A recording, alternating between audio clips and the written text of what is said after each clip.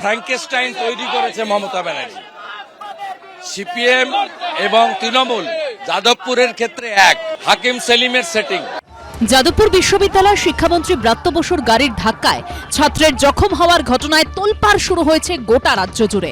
আহত পড়ুয়ার অভিযোগের ভিত্তিতে ও আদালতের নির্দেশে খোদ শিক্ষামন্ত্রীর বিরুদ্ধে এফআইআর হয়েছে। পাল্টা যাদবপুর দখলের হুমকি হুঁশিয়ারি শোনা যাচ্ছে তৃণমূল নেতা নেত্রীদের গলায়। কার্যত যাদবপুরের ঘটনা নিয়ে সম্মুখ সমরে নেমে গেছে তৃণমূল ও সিপিএম, কিন্তু এর পুরোটাই গটাপ এবং সেটিং বলে দাবি করলেন রাজ্যের বিরোধী দলনেতা। পাম্প চালিয়ে উঠছে বিল, কেএসবি পাম্প বাঁচায় বিদ্যুৎ, বিলের প্রবলেম গেল। বিদ্যুৎ সাশ্রয়কারী জার্মান টেকনোলজিতে তৈরি কেএসবি পাম্প, পয়সা বাঁচাও, টেনশন ভাগাও। ওগুলো গটাপ, অপ্রাসঙ্গিক সিপিএম কে প্রাসঙ্গিক করার জন্য এটা গটাপ সেটিং। 16 তারিখে নাগরিক কনভেনশন হবে, 18 তারিখে উচ্চ মাধ্যমিক শেষ হওয়ার পরে আমরা বাইরের পরিবেশ তৈরি করব এদের বিরুদ্ধে, আর ভিতরের কাজটা এবিভিপি করবে।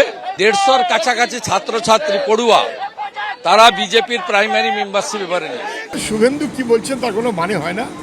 উনি মেকু শেকু অনেক কিছু বলেছেন, মাকু শেকু, এটা ভঙ্গিও ঠিকঠাক নেই। মাওবাদীদের সঙ্গে নিয়ে শুভেন্দু অধিকারীর তৃণমূল, এই অভিযোগ তো মমতা ব্যানার্জিরই। আমি বলছি মাওবাদীদের সঙ্গে নিয়ে পশ্চিমবাংলায় নৈরাজ্যে রাজত্ব করেছেন মমতা শুভেন্দু মিলিয়ে। ওদের নৈরাজ্য এই সম্পর্কে নতুন করে কথা বলা মানায় না। যাদবপুর কাণ্ডে বামপন্থীরা পথে নামায় তাদের পালের হাওয়া কি কিছুটা ঘুরে যাওয়ার আশঙ্কা করছে বিজেপি? সেজন্যই কি এই গোটাপের অভিযোগ? প্রশ্ন তুলছেন কেউ কেউ। যাদবপুরের সমাধান কোথায়?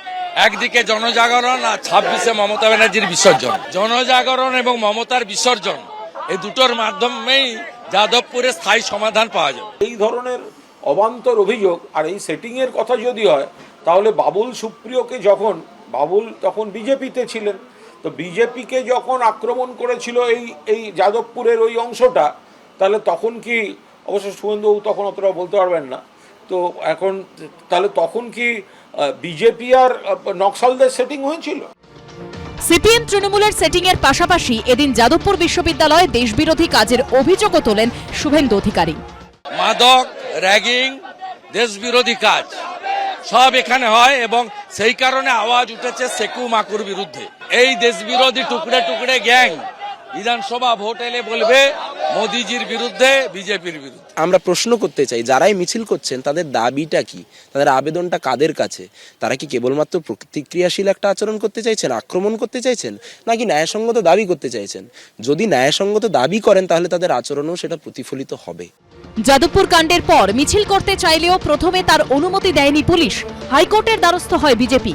আদালতের অনুমতি নিয়ে এদিন প্রিন্স আনোয়ার শাহ রোডে যাদবপুর থানার 100 মিটার আগে পর্যন্ত মিছিল করে বিজেপি ও তাদের যুব মোর্চা। শিবাশিস মৌলিক, সত্যজিৎ বৈদ্য ও সন্দীপ সমাদ্দারের রিপোর্ট, এবিপি আনন্দ।